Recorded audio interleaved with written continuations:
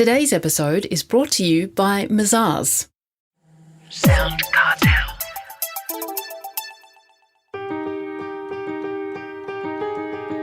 From SoundCartel, I'm Nicole Goodman, and this is Business Essentials Daily.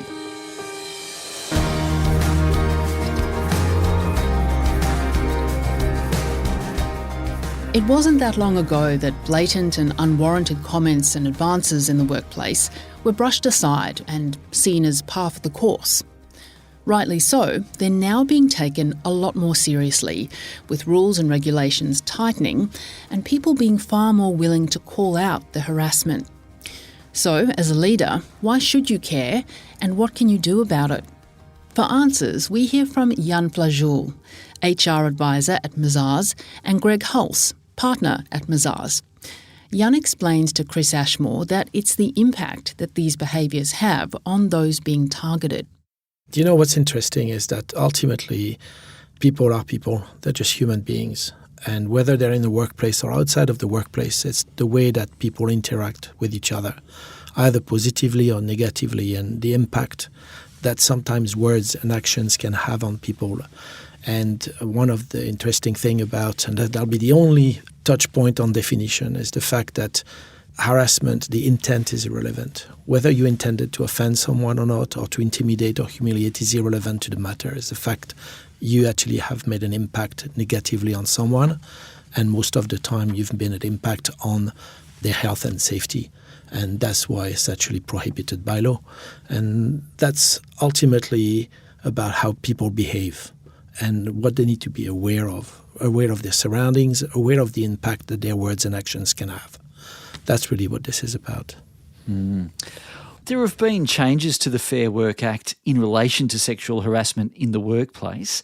Greg, if I can turn to you, what's driven those changes, do you think?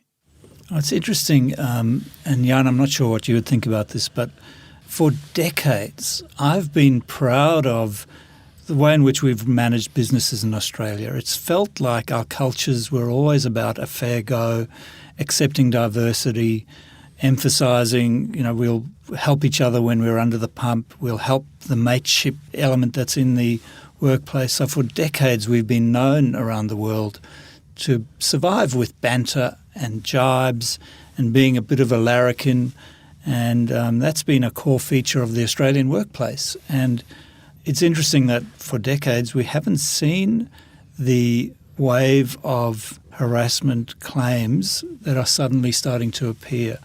And in the past, whilst we've had all the policies in place and the values stuck up on walls, it hasn't really been a big thing to worry or manage.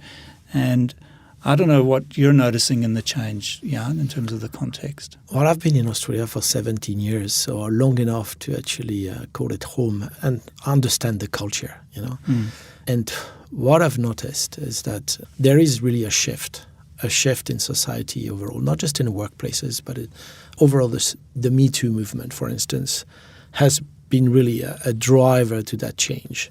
The fact that things that were in the past considered as acceptable, which, by the way, were never acceptable, but they were just falling under the radar, never really noticed. And a lot of people would not actually react and speak up or call out on these behaviours that can really be harmful. It's almost like, was it only 17% of people actually deal with It's incredible, harassment? The amount of issues of sexual violence or sexual harassment that go unreported. It's actually, 83% of them never go reported. And there's a lot of reasons behind that. And the fact that primarily people don't feel safe to report. They don't feel safe because they don't necessarily trust the system. And that's, I think, where Commissioner Jenkins and her team, with the Respect at Work report that she submitted to the government, has made a massive impact. And it's interesting to see that the Attorney General has vouched to fully implement all of the 55 recommendations. So things are changing from a global society point of view, and it's worldwide. You look at even artist shows, and I'm going to name one that I used to really like, and Little Britain. And the artists themselves actually saying now, because the show has been removed from air, and they're themselves saying, do you know what? If we had realized, we would have not done these jokes. They were not probably good jokes to start with. And it's interesting that conscience that people have now that, wow, we've gone wrong. But now we realize how wrong we were. And it's time that it stops. And it's time that the society changes and becomes a better place for people. And in terms of the real impacts, I mean, you and I in the last 3 months, Yan, we've been seeing examples of real workers being surprised, injured, dismissed, and they haven't understood that the world has changed around them, and they thought it was always okay to behave in a certain way, but suddenly they're being caught up in this shift. But it's not only the workers, I guess. I even have examples of senior managers suddenly getting formal sanctions for behaviours that in the past would have been ignored. Yeah, it's called vicarious liability, which basically if your workers are actually behaving against the law, as an employer, you will be held responsible. And that's something that has hurt a lot of companies. And now with the changes to the Fair Work Act, which officially prohibits sexual harassment in the workplace, it gives a lot more power for workers to actually raise complaints and have a voice that is heard. And employers really need to do everything they can. And actually it is phrased really, there is a part of the wording that is critical, is employers need to take all reasonable steps to prevent sexual harassment in the workplace. And the emphasis is on the all. There are actually interesting court cases. So has that changed then? It didn't used to be all? Well, it used to be that you had to take reasonable steps. Yeah. And now they are really saying you need to take all reasonable steps. That means that if you look at a company, and all companies will have different resources, different amount of money they can work with, but ultimately at their level, have they done everything they can to prevent sexual harassment? That'll be the difference between being vicariously liable or not if this actually goes to court.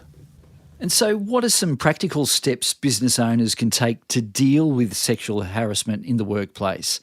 Your thoughts, Yan? Well, for as much as there are still some grey areas to define what all means when you talk about all steps. But ultimately, I would say that it is pretty safe to say that you must have a policy. You must have the rules of the house, basically, and stating clearly that if you are breaking the rules, there will be consequences. That is critical. You need to have that in place.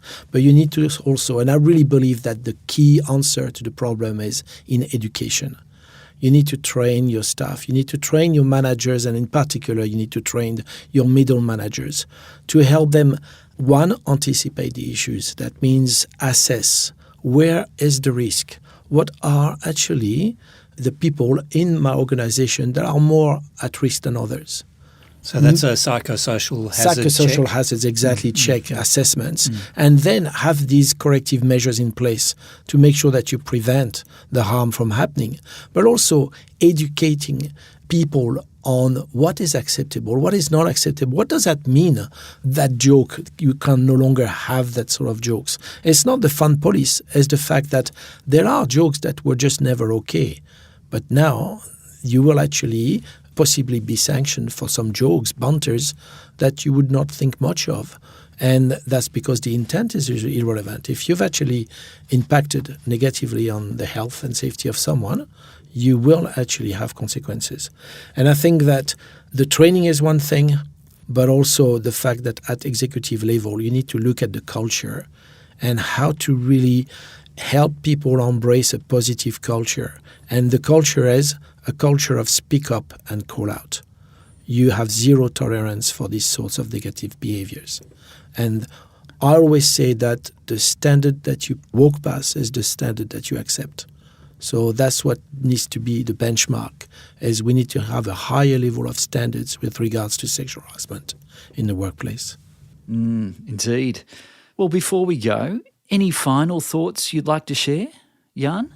Do you know what is interesting is that you look at the cost, the underlying cost of mental health claims, and how at the moment we know that there were articles in The Age talking about how the work cover system is broken and it becomes unsustainable because statistically, the cost of a mental health claim will be 5 times greater than the cost of a physical claim. And that's because it takes 5 times longer to recover to start with.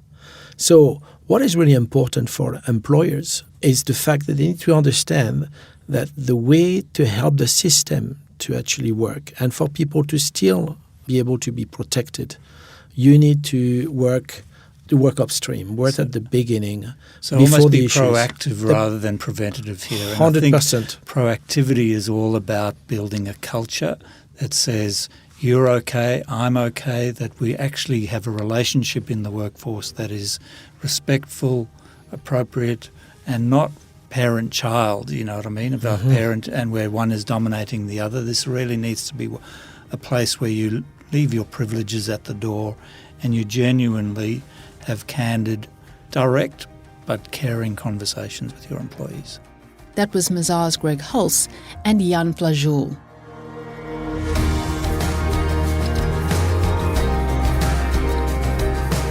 This episode of Business Essentials Daily is produced by the team at SoundCartel.